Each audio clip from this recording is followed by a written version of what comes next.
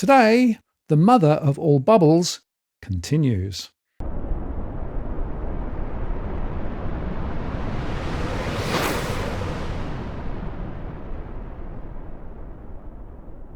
Hello again, it's Martin North from Digital Finance Analytics, one that is post covering finance and property news. This is our weekly market update where we start in the US, cross to Europe and Asia, and then in Australia, covering commodities and crypto along the way. A 7-day global stock market rally slowed down in Asia on Friday as uncertainty over the Federal Reserve's plans for interest rate cuts made investors more cautious, though equities have recovered from a plunge after Trump's April 2nd Liberation Day tariff announcement that set off fears of a recession. The MSCI All Country World Index dropped 0.2% as Asian stocks ended their longest winning streak since January. Hong Kong shares fell 1.1%, and Japan's Topix slipped 0.8% after hitting a record high on Thursday. The ASX 200 in Australia fell 0.5%, with 7 out of the 11 sectors in the red. But the benchmark S&P 500 kept tallying all-time highs during the week. The S&P 500 has surged 28% since its low for the year a week later, while the tech-heavy NASDAQ Composite jumped 38% in that time.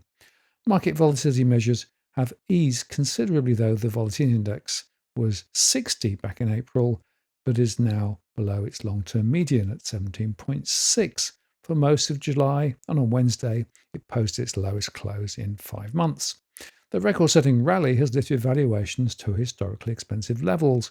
The S&P 500 was trading at 22.6 times earnings estimates. That's well above its long-term average PE of 15.8, even as the S&P 500 market breadth is narrow, as a small number of high-tech stocks are responsible for the bulk of the uplift, which could make the market vulnerable to disappointments in the coming weeks. Apollo Global Chief Economist Torsten Slok said investors should be wary of how increasingly concentrated the market is becoming. If you had invested $1 million in the S&P 500 on January the 1st, 2021, your return today would be $660,000, of which more than half would have been coming from the top 10 biggest companies in the index. Under the hood, world debt has risen to a record high, above $300 trillion. The US money supply M2 reached a record $22 trillion in June, and global liquidity reached a record $113 trillion, tracking the S&P 500 actually, while CNN's Fear and Greed Index ended the week at 74, just shy of extreme greed territory. 4 of the measure's 7 indicators, stock price strength, stock price breadth, safe haven demand, and junk bond demand, were in extreme greed territory. And US margin debt has also reached another high, signaling risks ahead too. And by the way, jobless formation has also become generously low. Yet equity markets are setting all-time highs seemingly every other day, with valuations historically stretched and investors ignoring rising bond yields, the threat of a tariff war, and policy instability. Gold is surging to levels previously unthinkable as well, and cryptocurrencies are through the roof. And by the way, house prices are stubbornly high too, even in the face of higher interest rates. And now, once again, we've got another dash of trash with meme stocks with eye-popping gains in highly shorted stocks, such as Coles and Opendoor. In the last week, a meme has started doing the rounds on social media that depicts a homeless man in a dystopian future city surrounded by humanoid robots and clutching a sign that reads, "Didn't amass generational wealth before the singularity." This is a moment when we can't tell human intelligence from artificial intelligence, by the way. In the current bubble, those on the fringe are turning to speculation to bridge the chasm, as forces are at work to debase assets from gold, Bitcoin, equities, and yes, even real estate. First, US President Donald Trump's big, beautiful bill ushers in tax cuts and keeps stimulatory government deficits growing, albeit at a gentler pace than in the pandemic. Bank of America strategist Michael Harnett says the US government's continued high spending may require interest rate cuts to avoid an unsustainable debt burden.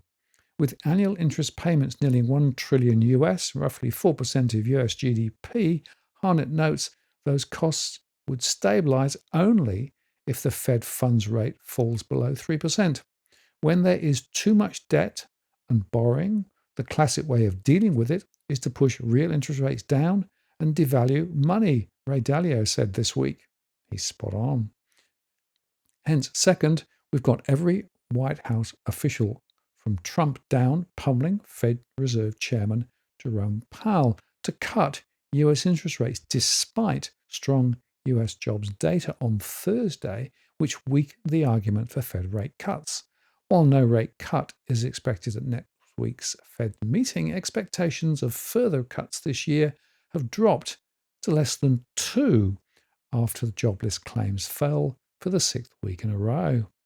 Trump recently became the 4th US president in history to visit the Federal Reserve, evoking parallels to FDR's 1937 appearance at the opening of the Fed building. At current spending levels, Harnett quips, the US government will spend the equivalent of the Fed's $2.6 billion renovation in the next 3 hours and 12 minutes.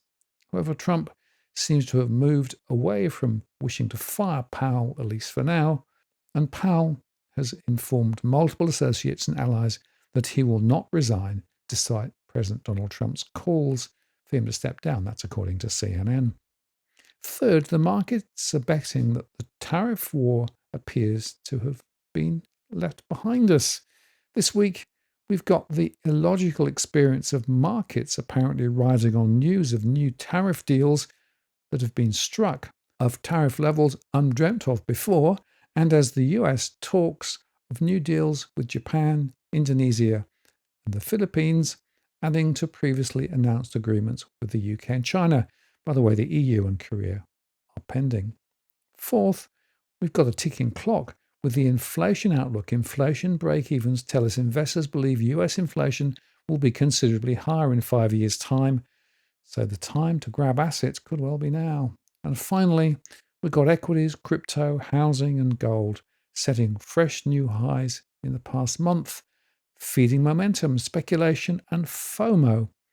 In a week to Wednesday, bond and money market funds attracted the largest share of investment flows, while cryptocurrency funds recorded their biggest 4-week cumulative inflow ever at $12.2 billion. That's according to Bank of America. As Societe Generale strategist and Uber bear Albert Edwards said, "One thing I can promise you all with 100% certainty, when this mega bubble finally bursts, almost everyone you meet will say it was obvious." Yet, despite the fact that the S&P 500's record-setting spree may be stoking concerns about inflated share prices and a revival of meme stock froth, JP Morgan Chase & Co.'s trading desks don't seem concerned. Rather, it expects the furious rally in New York equities to keep going, while bullishness is not yet consensus. Even those that skewed bearish are throwing in the towel, according to the head of global market intelligence, Andrew Tyler, said in a note on Thursday.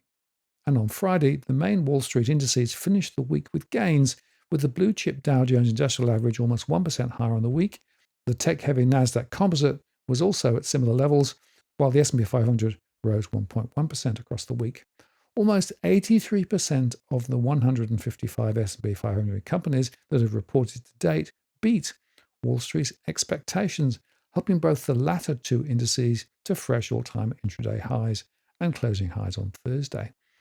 Intel shares traded sharply lower, though, pre-market, after the chipmaker said late on Thursday that it expects steeper losses than Wall Street forecasts in the third quarter and announced plans to slash jobs. The company plans to reduce headcount to 75,000 by the end of the year, down 22% from the end of 2024, which will be through attrition and other means. It was last at $20.70, compared with $50 back in 2024. Google's parent Alphabet reported a 14% jump in revenue to $96.4 billion in the second quarter. Profit rose by as much as 19% year on year to $28.2 billion. The cloud business performed particularly well, with revenue up 32% to $13.6 billion. Google's services, led by search and YouTube, also grew significantly, up 12% to $82.5 billion. Its shares were at 193.18, still below the 205 level we saw in early February. The situation is different for electric car manufacturer Tesla. Profits fell by 16% to $1.17 billion in the second quarter, the second decline in a row. Revenue fell by 12% to $22.5 billion, falling short of analysts' expectations. One of the main reasons for this was that vehicle sales shrank by 13.5% to around 384,000 units. Even the new version of the successful Model Y has not been able to compensate for the decline so far. Tesla is feeling the effects of strong competition, particularly outside the US, for example, from Chinese suppliers. And in Europe, where the company has a production facility, sales figures have been declining for months. Tesla is also being weighed down by political developments in the US. President Donald Trump plans to let electric car subsidies expire at the end of September and abolish the CO2 penalties for combustion engines. Tesla has benefited greatly in the past from selling emission certificates to other manufacturers. The possible loss of this revenue is an additional blow to the company. Tesla was at $316.06 compared to the recent peak of $480. Oil prices slid on Friday after the previous session's sharp gains, supported by hopes of more US trade deals ahead of President Donald Trump's nearing deadline. Brent futures sat at $68.39 a barrel, and US West Texas Intermediate crude sat at $65.07 a barrel.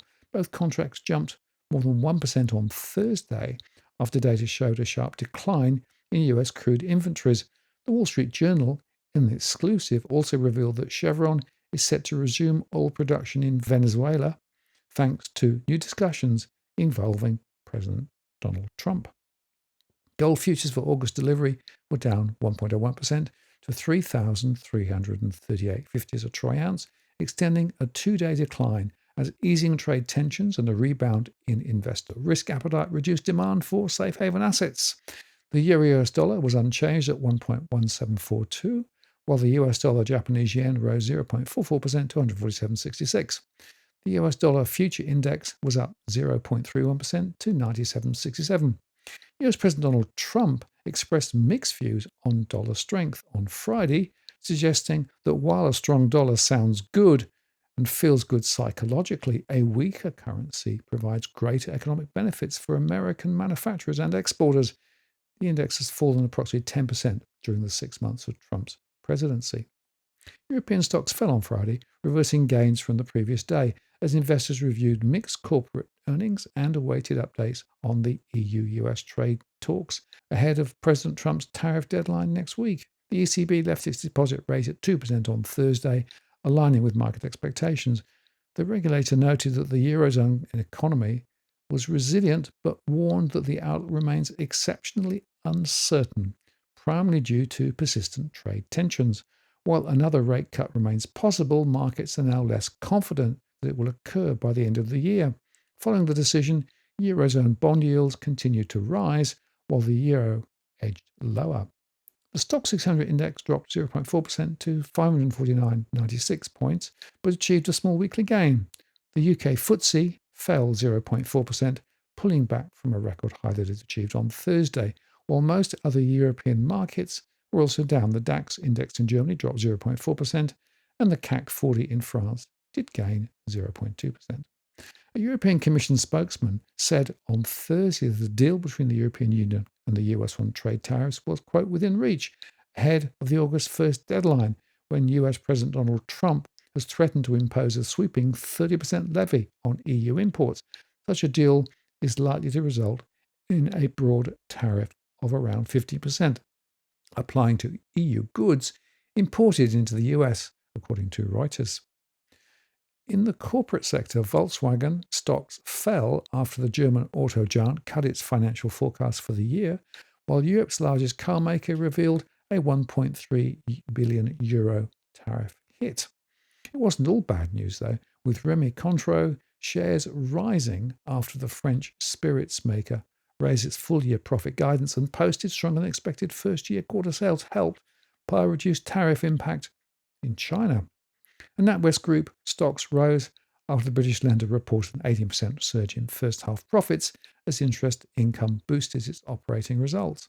On the economic front, UK consumer confidence, though, fell in July as the country grapples with weak economic growth and persistent inflation. That's according to data released on Friday from research group GfK. UK retail sales grew by 0.9% in June, bouncing back from a 2.8% drop in May, but falling short of the expected 1.2% increase. This was the fourth rise this year. Food sales were up 0.7%, recovering from a 5.4% drop in May, thanks to better supermarket sales, especially beverages, boosted by warm weather.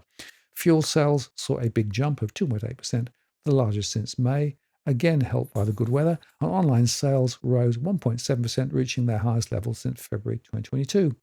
Non-food sales increased slightly by 0.2%, with department stores and clothing shops benefiting from promotions and, guess what, weather-driven demand.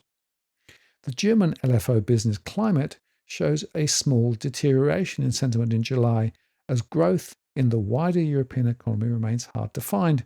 But second quarter earnings for European companies have come in ahead of expectations, with financials and US exposed sectors leading the surprise, according to Bank of America.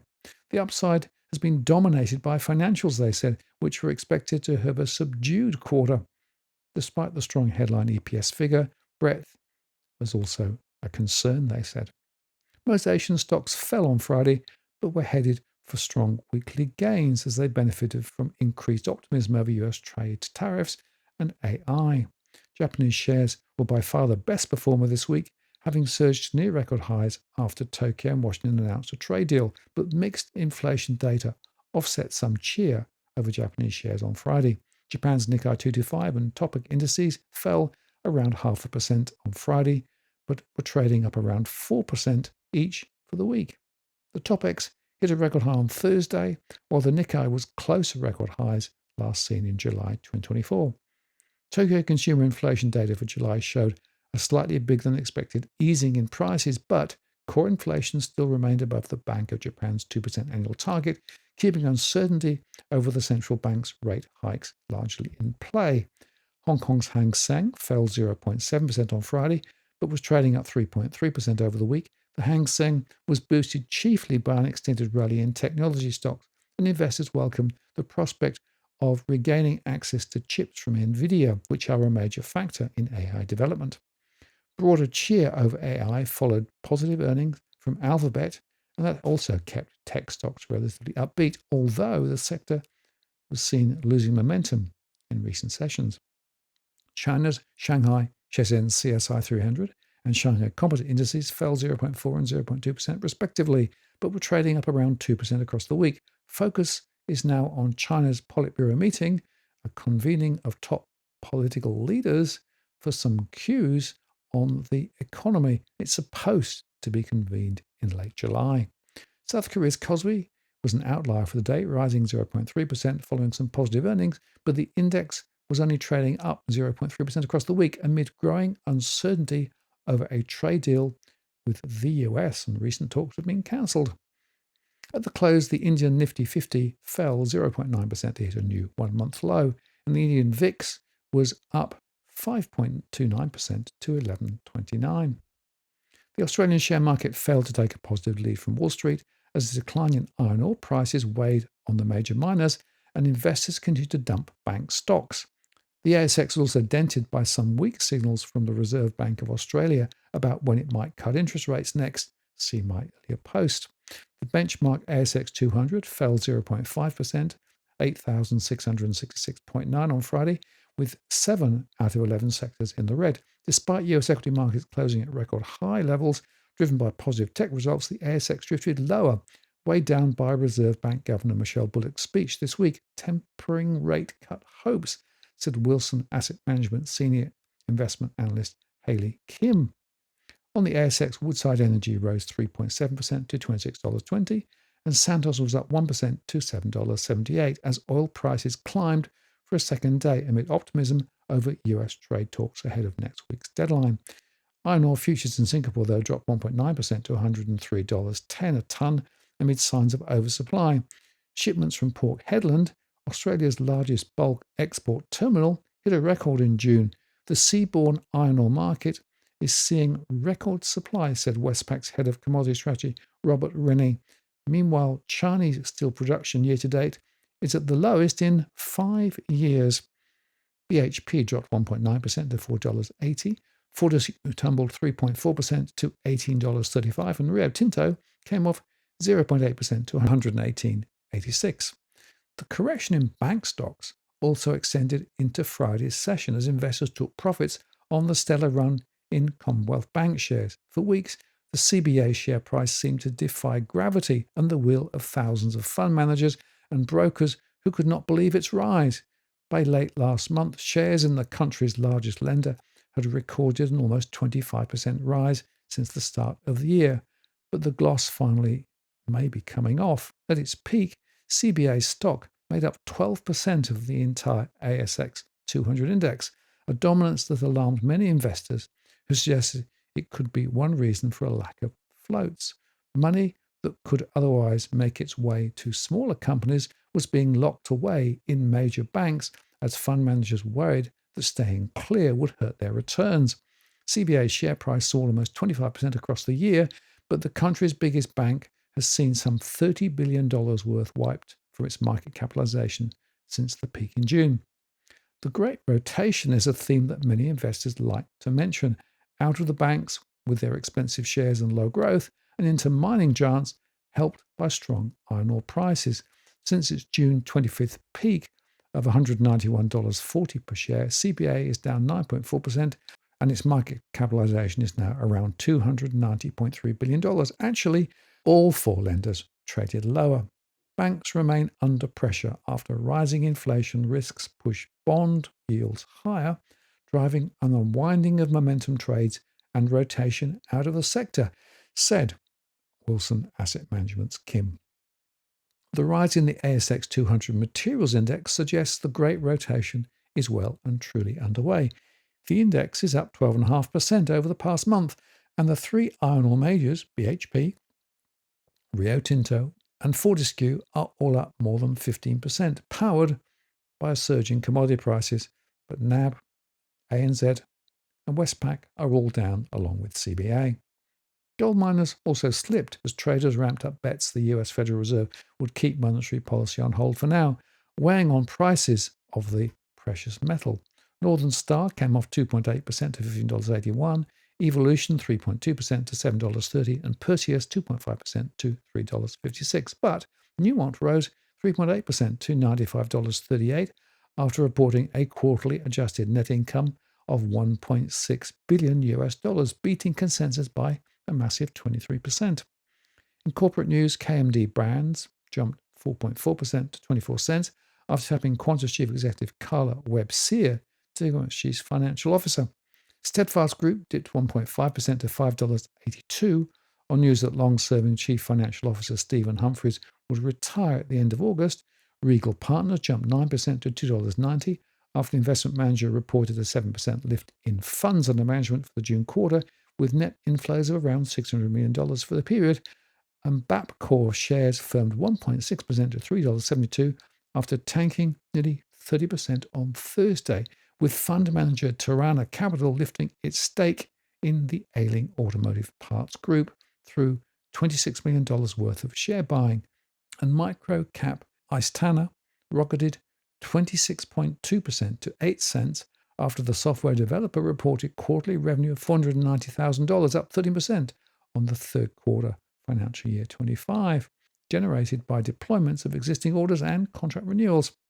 The Aussie was at 65.67 US cents and 48.86 UK pence, and the two-year bond was at 3.431.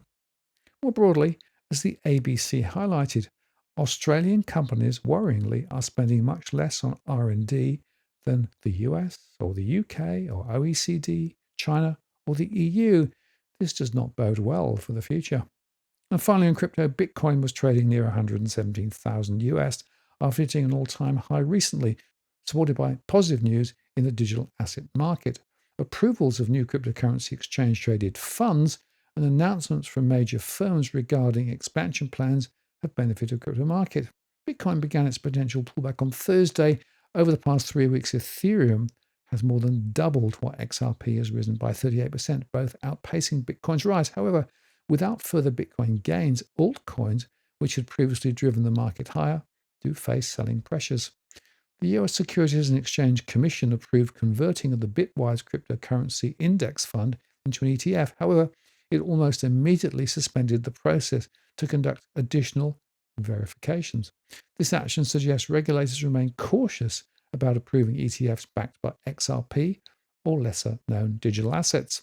Meanwhile, investors turn their attention to Bitcoin's possible growth after the Japanese AI company Quantum Solutions announced plans to buy 3,000 Bitcoins, citing the recent trade deal between the US and Japan.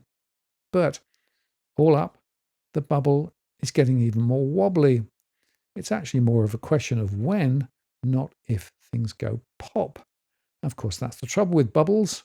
Riding them can be richly rewarding, but knowing when to head for the exits is the trick. I'm Martin North from Digital Finance Analytics. Many thanks for watching, and I'll see you again next time.